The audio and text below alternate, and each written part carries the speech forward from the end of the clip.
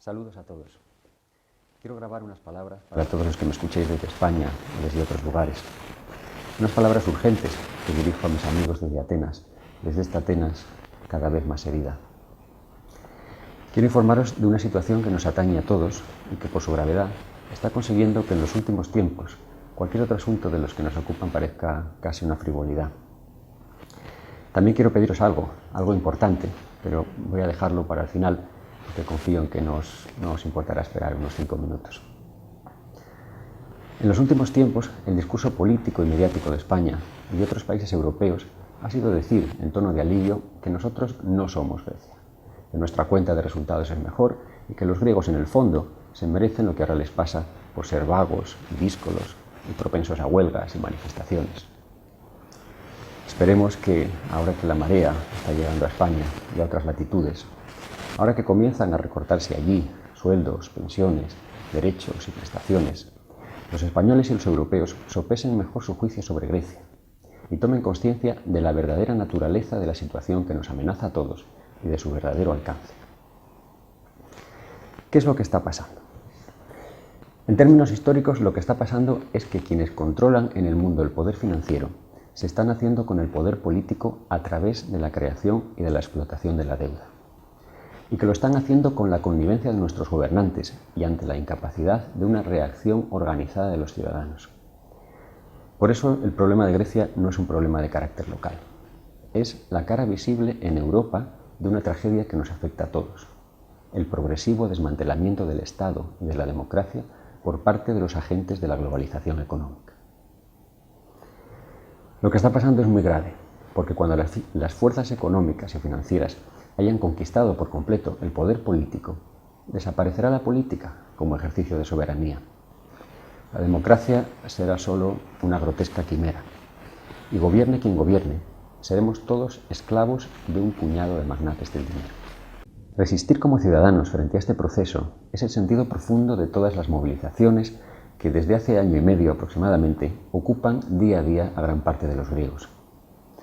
El pueblo griego está dispuesto a hacer sacrificios, y muchos, pero poco a poco se está dando cuenta de que todos los sacrificios que se le exigen y se le imponen no van encaminados a acabar con un sistema perverso, sino a alimentarlo y a perpetuarlo.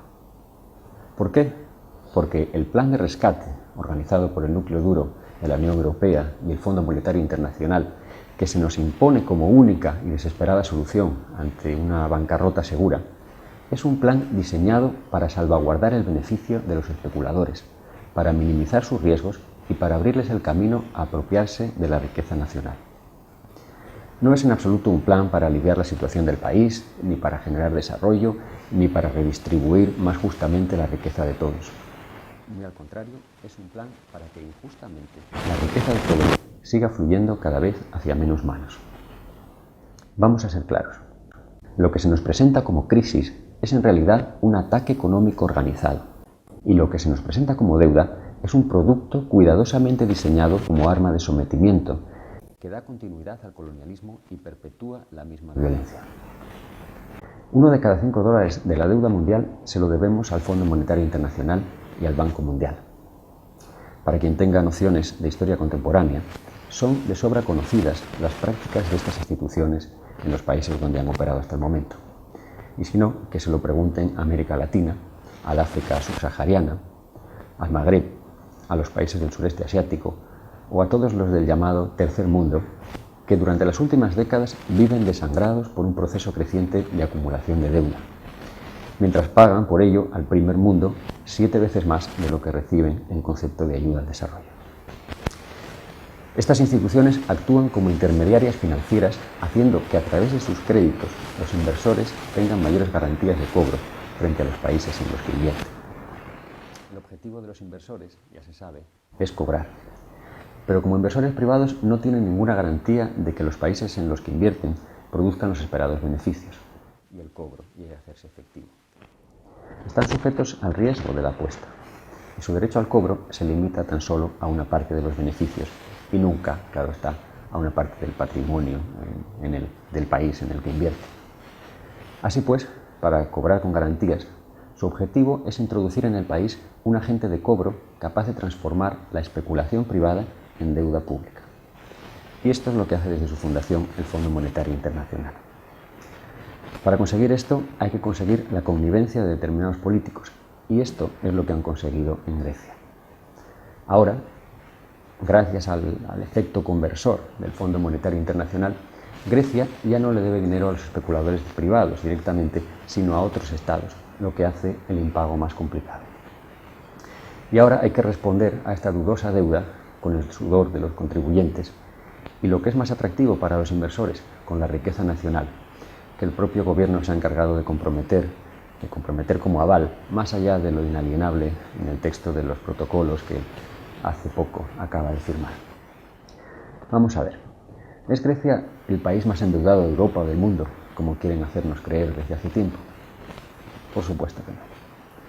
En deuda externa en millones de dólares ocupa el puesto 18. En deuda externa con relación al Producto Interior Bruto ocupa el puesto 9. Y en deuda per cápita ocupa el puesto 15, muy por detrás de Francia, Alemania, Inglaterra o Suiza, e incluso a bastante distancia de España. Tampoco ocupa el primer puesto en cuanto a endeudamiento privado, ni en cuanto a gasto público, ni siquiera en cuanto a número de funcionarios. Eso sí, es el país de Europa con más alto índice de precios al consumo en artículos de primera necesidad. Y la mayoría de los griegos llevan mucho tiempo teniendo que recurrir a la familia, al pluriempleo y al trabajo precario para poder llegar a fin de mes. ¿Qué es entonces esa deuda? Esa deuda, en nombre de la cual Grecia está siendo obligada a contratar el mayor préstamo de la historia de la humanidad, es en un 90% bonos del Estado. Y los bonos del Estado no son exactamente deuda, son mecanismos de inversión, libremente negociables en el mercado de valores, es decir, apuestas con dinero en las que se puede ganar o perder, y en esto hay una gran diferencia. Actualmente el capital que se mueve en el mercado de préstamos a nivel mundial es de 1.000 billones de dólares, 1.000 billones de dólares, mientras que la producción anual del planeta es solo de 57. Esta abismal diferencia es lo que explica, es la causa del endeudamiento del mundo. La causa no radica en el déficit real, sino en la necesidad que apenas 1.600 inversores tienen de explotar ese capital. En las últimas décadas, económicamente hablando, hemos construido un mundo que no solo es injusto, sino absurdo. Y sin embargo, parece que hay que hacer todo lo posible para que no se venga abajo. Así, sin ir más lejos, hace apenas 2 años, Grecia rescató a los bancos con 70.000 millones de euros de los contribuyentes, dicen que para evitar desastres mayores. Y ahora hay que rescatar también al sector financiero, nuevamente con el dinero de los impuestos de los contribuyentes.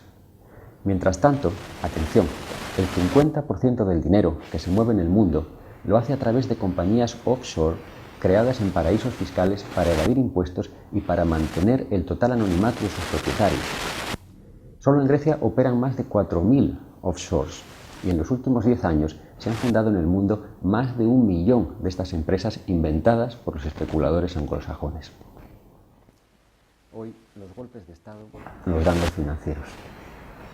Al pueblo griego, siguiendo los dictados de la Comisión Europea, del Banco Central Europeo y del Fondo Monetario Internacional, se le suben los impuestos, se le recortan los sueldos, se le expulsa del trabajo, se le arrebatan conquistas sociales y sanitarias, se le impone la privatización de sus empresas estatales, se le obliga a poner en manos de inversores extranjeros la riqueza nacional de su país, se le fuerza a comprar armamento a sus acreedores y se le pide encima que pague tasas solidarias.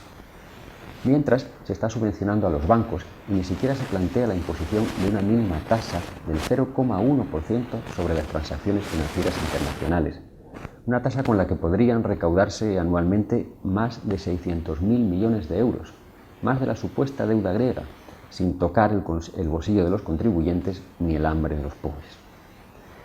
Pero esto no se hace, debe de ser inmoral. Mientras el mundo funcione así, ni los políticos ni los financieros tienen autoridad moral para imponer los sacrificios que pretenden. ¿Y qué podría hacerse? Me diréis. ¿Qué es lo que no se hace?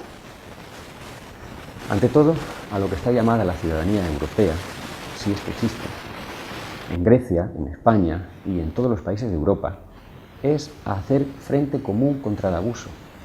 es a exigir a los gobiernos que frenen a los especuladores o que se vayan a casa, que obliguen a los inversores a asumir el riesgo de sus descabelladas operaciones, en vez de acudir en su auxilio con el dinero público cada vez que sea necesario para que siempre salgan ganando. Hay que pedirles que gobiernen, en definitiva, para el pueblo que les confía el poder y no para sus propios intereses. En el caso de Grecia, la ciudadanía europea debe apoyarla a negarse al reconocimiento de esa deuda. Cualquier plan de renegociación de la deuda será para terminar en quiebra y sometidos a las condiciones de los prestamistas. Todos, no solo Grecia. El camino del endeudamiento es un pozo sin fondo, como ya ha demostrado repetidamente la historia. Así pues, hay que exigir que cambie la práctica política actual.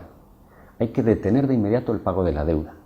Hay que esclarecer el origen y la naturaleza de esa deuda, ver si hay culpables de delito entre los responsables del endeudamiento y determinar con precisión qué parte de esa abultada cantidad no es sino una deuda odiosa, contraída contra los intereses de la población de un país con el completo conocimiento del acreedor, de acuerdo como se definió, como Estados Unidos definió este concepto, lo acuñó en su propio beneficio tras la guerra con España por la independencia de Cuba. Y una vez esclarecido todo esto, una vez castigados los culpables, se decidirá entonces con serenidad y justicia por medio de qué préstamos, de qué ventas o de qué nuevas medidas habrá que hacer frente a la deuda legítima. El déficit real del país en la última década es solo un 4% de esa supuesta deuda.